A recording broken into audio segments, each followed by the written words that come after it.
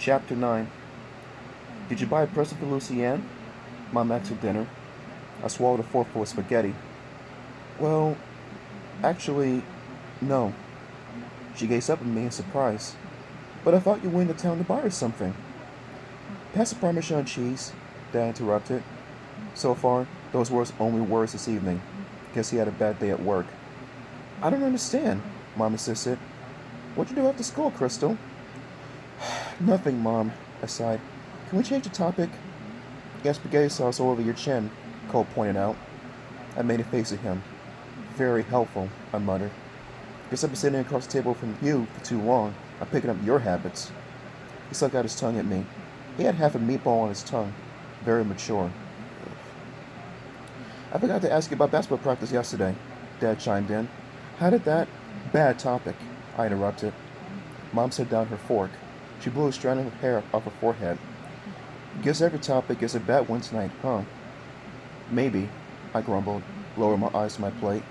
I shook my head. I was terrible at practice. Coach Clay gave me a chance, and I played like a perfect klutz. No one's perfect, Cole chimed in. Cole, be quiet, Mom scolded. Does anyone want to hear about my sprained thumb? Cole whined. No, Mom shot back. Be quiet. Oh, that's just harsh. Sorry, that's just harsh for her to just head toward her son for sprained thumb. Jesus. She turned back to me. You didn't play well? I tripped over my own dribble. Twice, I stammered. And I missed an easy layup. The ball didn't even touch the rim. Air ball. Well, next time, Dad started. But this was my big chance to show I could be a starter, I cried. And I blew it. I just felt so tired. I hadn't slept the night before. And you're still the sixth player, Mom said soothingly. You'll get a chance. Do you have team practice tomorrow? Dad asked, helping himself to more salad.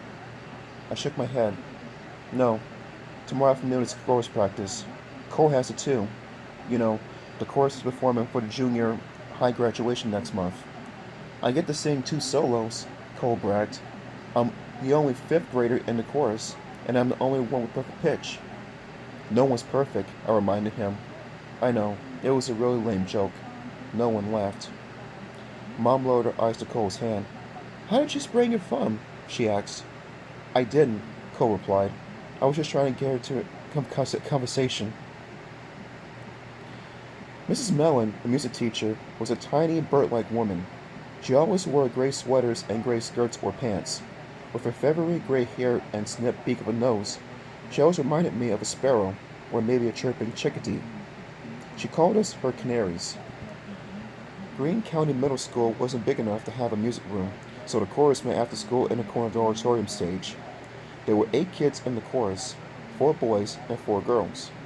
Most 6th graders, with a few younger kids like Cole thrown in.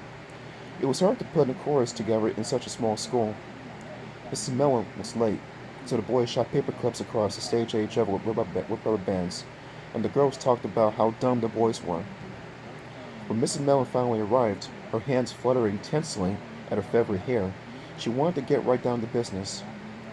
Our performance is 2 weeks from tonight, she announced fretfully, and we really don't know what we're doing, do we?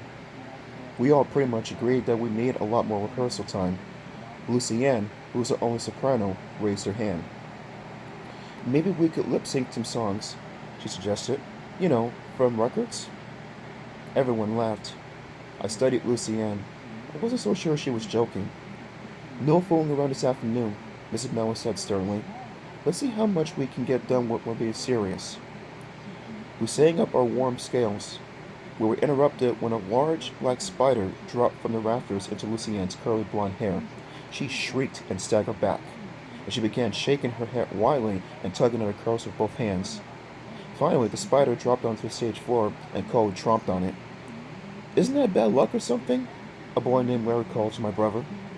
Cole shrugged and scraped the sole of his shoe against the floor. Let's begin with Beautiful Ohio, Miss Mellon suggested, ignoring the whole spider problem. She shuffled sheet music on her music stand. That's the one that gave us so much trouble last time. It's the high part that's the problem, Lucienne chimed in. It's your voice that's the problem, Larry teased Lucienne. Mrs. Mellon cleared her throat. Please, folks. Serious. Serious. She turned to Cole. Have you been practicing your solo? Oh, yeah, sure, my brother lied. Then let's try it, Mrs. Mellon suggested.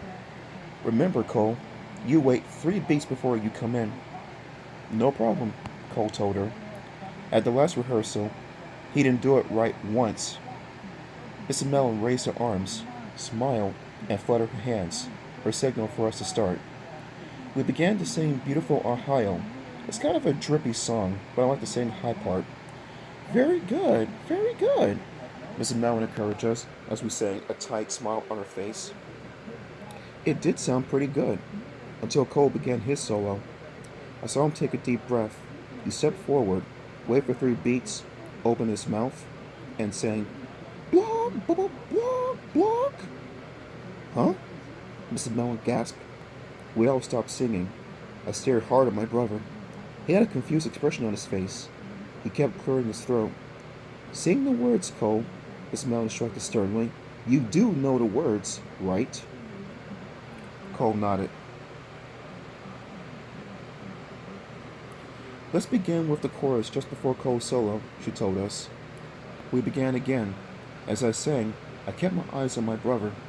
I saw him count off the 3 beats. Then, block, block, block, block, block. What was he trying to prove? Larry laughed, but no one else did. Cole kept rubbing his neck and clearing his throat. His face was bright red. Are you okay? I mouthed the words to him. He didn't answer me.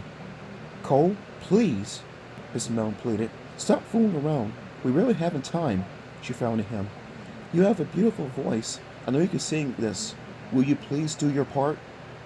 She raised her hands. Begin on 3, she told him. 1, 2, 3. She began conducting with one hand.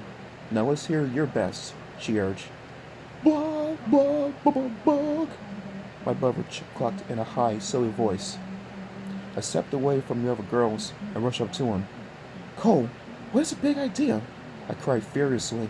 Why are you doing this? Blah, blah, blah, cluck, cluck, he replied.